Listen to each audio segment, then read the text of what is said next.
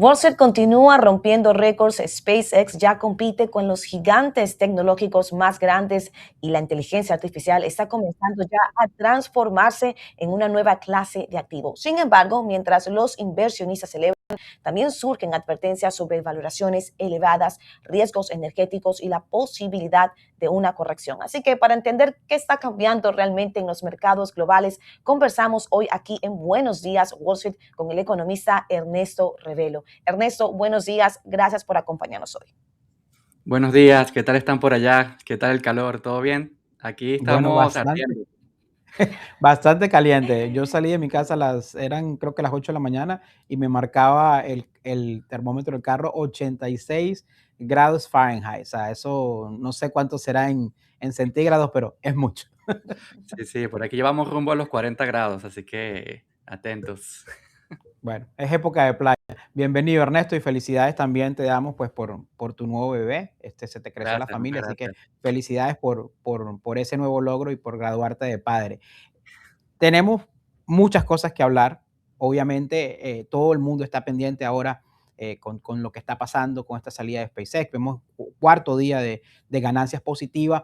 El mercado celebró también ese acuerdo preliminar con Estados Unidos, con Irán, y estamos viendo que cuando se hizo el anuncio, el petróleo comenzó a caer. eh, esta mañana estamos viendo un pequeño rebote por unas declaraciones del presidente Donald Trump, pero hay un caso particular que llama la atención, que es que Barclays mantiene una proyección de que el barril de petróleo se va a mantener alrededor de los $100.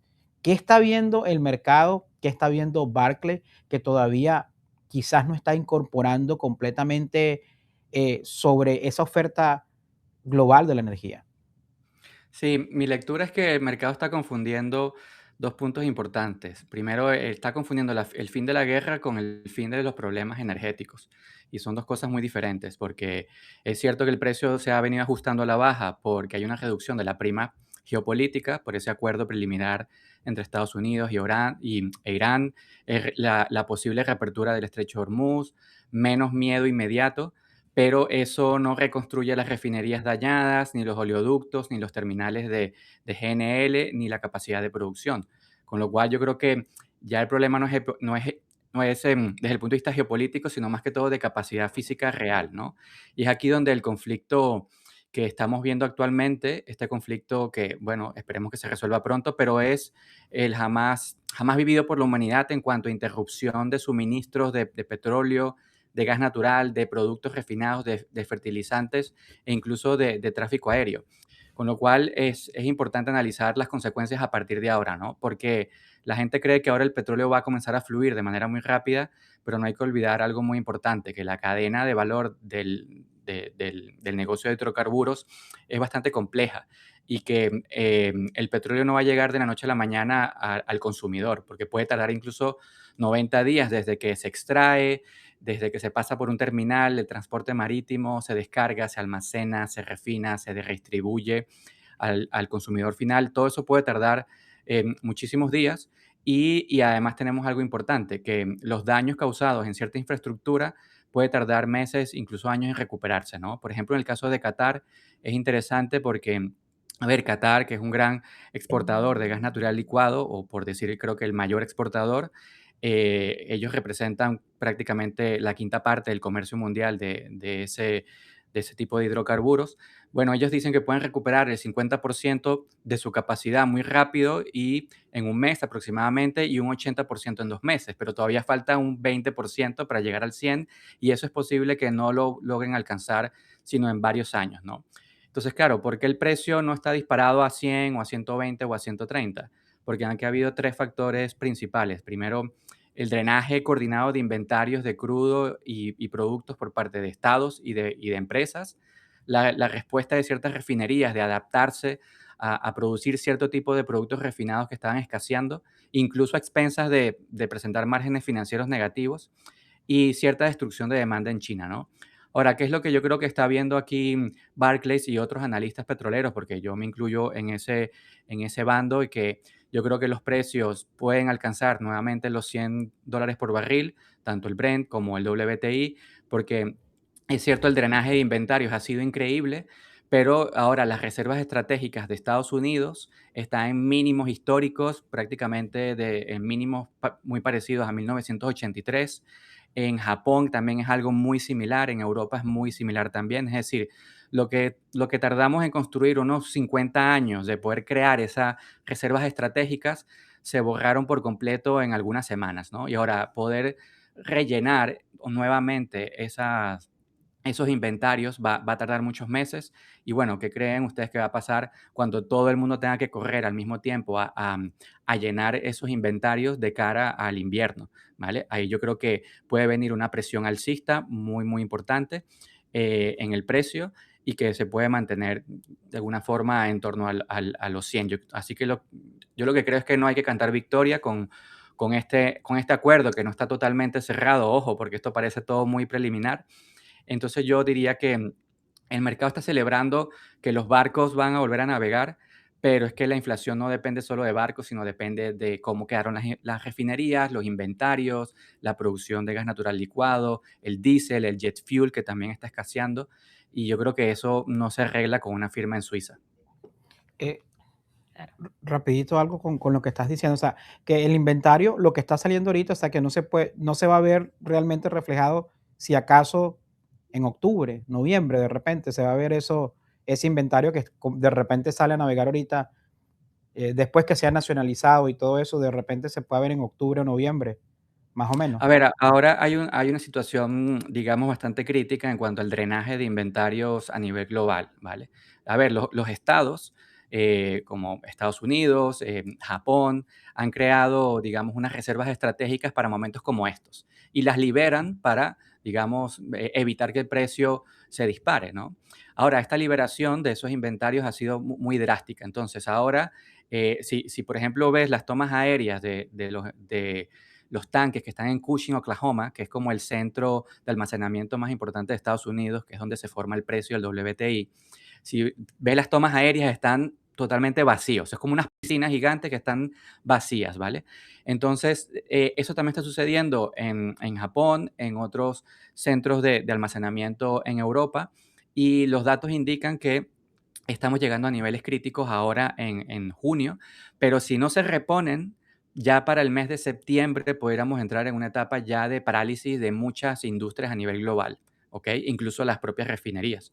Con lo cual yo creo que, claro, se ha firmado el acuerdo, va a comenzar a fluir el crudo más rápido, pero hay aún ciertas limitaciones por los daños causados y que volver a comprar crudo para llenar esos grandes tanques o piscinas, como o sea, por ponerle un nombre, ¿no? Que son como unas piscinas gigantes, volver a rellenar todo eso para tener un colchón de seguridad para cualquier otra interrupción en el futuro puede tomar muchos meses y, por supuesto, le va a meter mucha presión al precio del petróleo.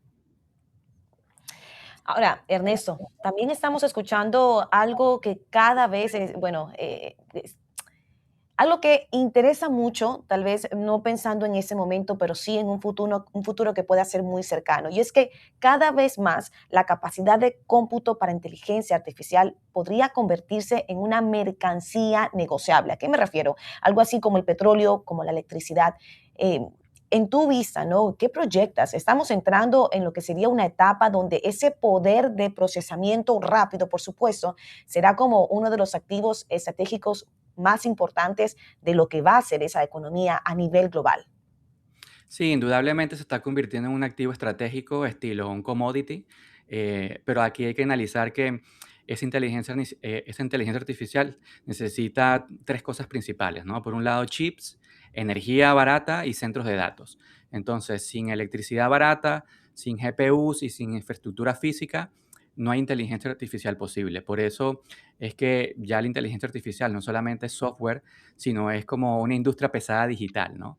Y aquí viene una paradoja muy interesante, que es, mientras en Wall Street se valora a estas empresas que están, digamos, ofreciendo este servicio de inteligencia artificial, se está valorando en cientos de miles de millones, incluso billones. em, Ahora hay un tema interesante, que es desde el otro lado, del lado del consumidor, el que compra estos tokens para poder procesar, digamos, las tareas que les damos a la inteligencia artificial. Hay un índice interesante que se llama el LLM Token Expenditure Index, que mide cuánto están dispuestas a pagar las empresas por cada millón de tokens usados por la inteligencia artificial. Y ese gasto se ha reducido en aproximadamente un 20%. ¿Eso qué quiere decir? Que las empresas están viendo actualmente como es bastante costoso usar cierto tipo de inteligencia artificial al punto que puede ser más costoso que mantener el personal, ¿no? Entonces aquí se genera una pregunta incómoda. Es cierto que todo el mundo quiere tener rapidez de cómputo, pero ¿y si esta nueva tecnología, que es extraordinaria, resulta que no es un negocio tan rentable porque hay empresas que no están dispuestas a pagarlas, ¿no? Entonces, es cierto que el Internet cambió el mundo para muchas empresas, pero también muchas empresas.com desaparecieron. Las telecomunicaciones cambiaron el mundo, pero también se destruyó mucho capital excesivo de inversión en su momento. Las aerolíneas también cambiaron la historia, pero actualmente los márgenes son bastante reducidos. Entonces, aquí lo que yo creo que hay que tener mucho cuidado es que la inteligencia artificial actualmente está siendo algo inflacionaria para los usuarios y eso puede reducir los márgenes de ganancias de quienes venden la inteligencia artificial.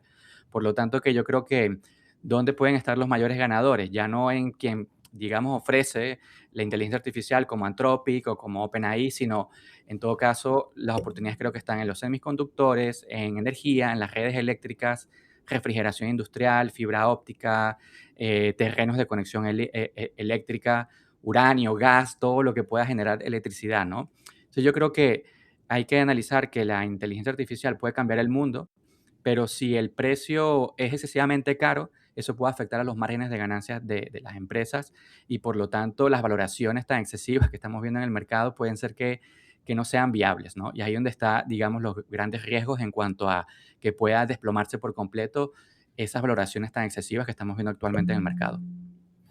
Y bueno, precisamente que mencionas eso y de valoraciones excesivas, pues, y en lo que tú decías, pues hay oportunidades en sectores alternativos, no solamente energético tradicional, eh, pero también lleva pues a lo que está pasando con SpaceX, que tiene una valoración pues que para muchos es de celebración, pero para otros puede parecer exagerado, porque pues ya está superando pues momentáneamente a Amazon, está superando a Microsoft en el valor de mercado, se acerca ya a los 3 billones de dólares, y más allá de ese entusiasmo inicial por esta IPO, realmente, ¿qué está comprando Wall Street? ¿Tú crees que una empresa espacial, pues una plataforma de infraestructura tecnológica, o de repente están apostando más a precisamente esa AI dominante para este nuevo, no sé, yo no sé, esta nueva era industrial, no sé cómo decirla, o sea, ya esta nueva era de inteligencia artificial? Sí, es cierto que SpaceX probablemente sea una de las compañías más impresionantes del planeta, pero eso no significa que debamos pagar cualquier precio por ella, ¿no? Porque pagar por una empresa un PER por encima del 100 es simplemente para mí totalmente irracional, ¿no? Y claro, como tú lo mencionas, está valorándose como una empresa que ya entra en la liga de empresas como Microsoft, pero mira estos datos, Microsoft factura unos 318.000 millones de dólares al año y genera aproximadamente 125.000 millones en beneficios. ¿Y qué hace SpaceX? Factura 19.000 millones, es decir, muchísimo menos, y las pérdidas son de menos 9.000 millones, ¿ok? Entonces no está generando flujo de caja por ningún lado, ¿no? Entonces, yo creo que el mercado no está comprando los beneficios actuales, sino que está comprando décadas de éxito futuro descontados al día de hoy, con lo cual es que estás comprando un sueño que no sabemos si se puede realizar. Y aquí entra un problema interesante, ¿no? Que actualmente el precio de esta empresa ha llegado a subir bastante porque apenas el 5% de las acciones totales son las que están disponibles en este momento para comprar. Es lo que se llama, es lo que se dice floating, ¿no? Están flotando. 5% está flotando para que la gente la compre y la venda, pero el otro 95% está bloqueado.